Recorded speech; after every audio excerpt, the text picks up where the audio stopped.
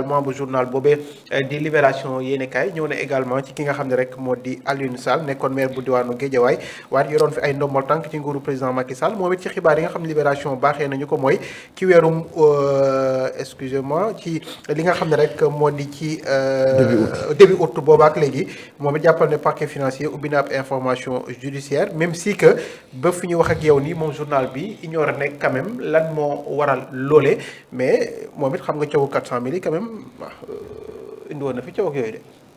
bon ouais. Pour l'instant xaw ma il s'agit de quel dossier. Ouais. Très sincèrement parce que boobu li 400 000 yooyu sax coow am na fii ba tey man xamuma lan moo ci dëgg ñi ko doon tuumaal ñooñu moom nee na baal naa leen donc man xaw ma lan man daal xaw ma lan la. xaw ma daal.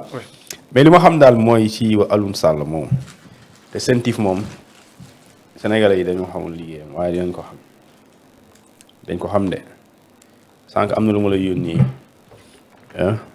ci CENTIF ci lu muy liggéey boobu ba léegi parmi yi chiffres yi nga gis.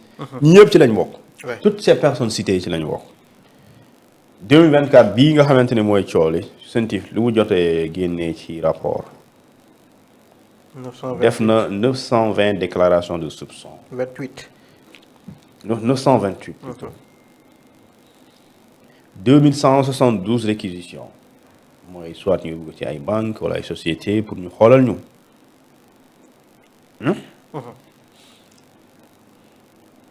ak 46 transmissions ci procureur mooy 46 dossiers lool dañuy jël yóbbu ko ci procureur kon war na am 46 poursuites judiciaires parce que procureur bu ñu ko jotee rapport CENTIF loi bi am ñu modifié ko mu nekk loi 2024-9 du 14 février 2024 nga xamante ni avant Macky Sall di dem 14 février la ñuy defaraat CENTIF pour gën koo taaral gën ko jox le plein pouvoir.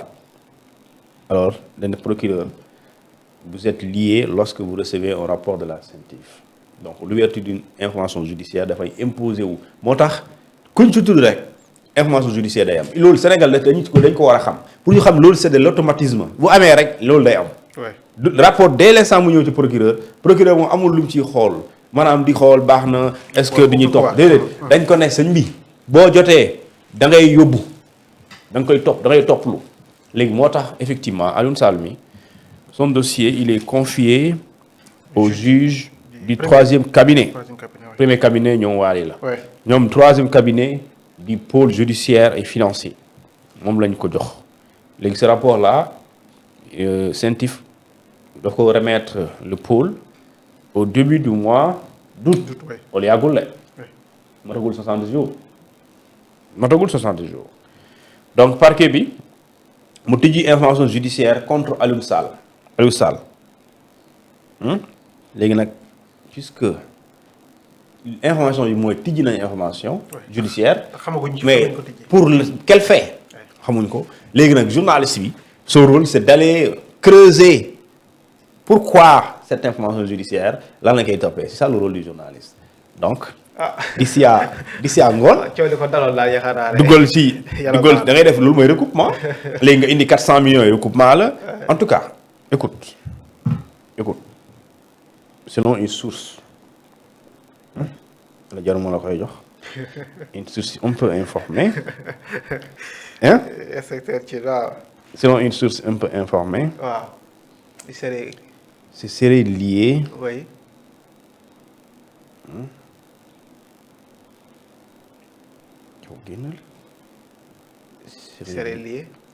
serait lié voilà à des flux financiers yoo xam ay mbirum jottalante xaalis comme ni ñu toppee CENTIF loolu rek waaw yoo xamante ni ay sociétés écran lañu utiliser def ci ay transactions transfrontalières xamul li loolu diggante réew ak réew waaw di jéggi frontière rapport CENTIF bi am 2024 bii xam Sénégalais dañu war a am culte de la lecture xoola Bamba rapport CENTIF bii page 34 bi ñoo lay wax lu mu fa wax. 34. 34 page 34 mu ngi nii rapport CENTIF 34 bi xam na la.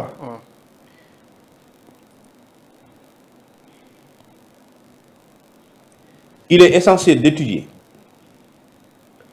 yow Sénégalais bi lay wax yow mii pour nga xam mu ne am na solo lool ñu xamal nit ñi jàngale wala ñu sëgg ci les typologies des cas qui mettent en évidence les nombreuses stratégies, les acteurs, contextes impliqués afin de comprendre la dynamique du blanchiment d'argent issu des atteintes au dernier public.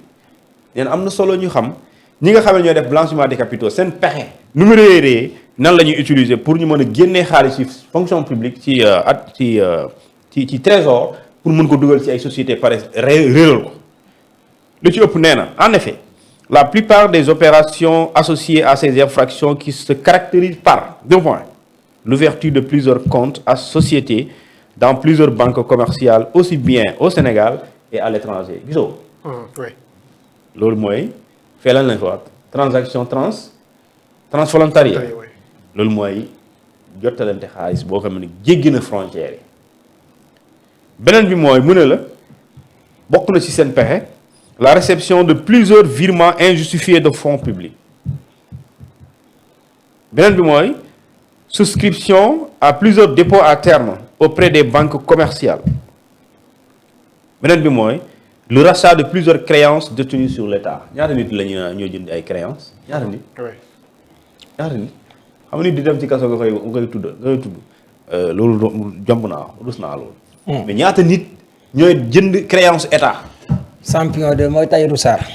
loolu enquête bi mu ngi nii waxu ko ça est là wala yow gisoo ko tamit. gis naa waaw léegi nag lii sax am naa boo xoolee am baga parce que waa CENTIF ñoo ko bind ñoo xam nañu gis man gisuma ñoo ko bind ñoo ko bind ñu ne encore bokk na ci pexe yi la perception d'intérêt sur les bons de caisse mooy heure bu ñu amee bon de caisse am nañ ci intérêt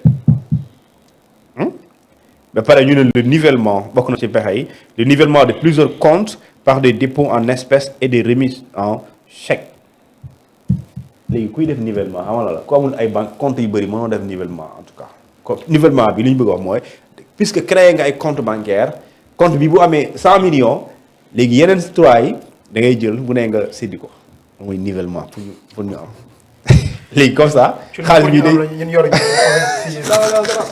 yaa ngi mel ni lépp ci man. mosal laa la 1 million. dama nag delloo 1 million moom bëriwul. foog nga jëlee yaa ngi koy liggéey kay yow yaa ngi liggéey légalement daa ngi activité bi ngay def c'est une activité licite. yoon terewu ko maa ngi xëy si daal yoon terewu ko. léegi nag loolu la ñuy tuddee loolu la ñuy jox te ne loolu la ñuy toppee. képp koo xamante ne CENTIF nga.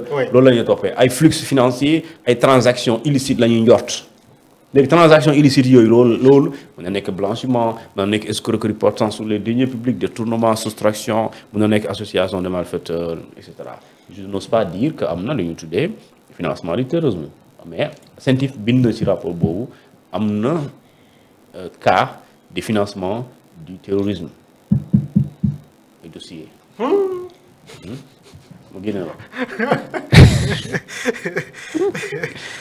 CENTIF moo ko bind CENTIF moo ko bind de jarul ngay tiit dëkk bi gars yi dafa mel ni dëkk bi moom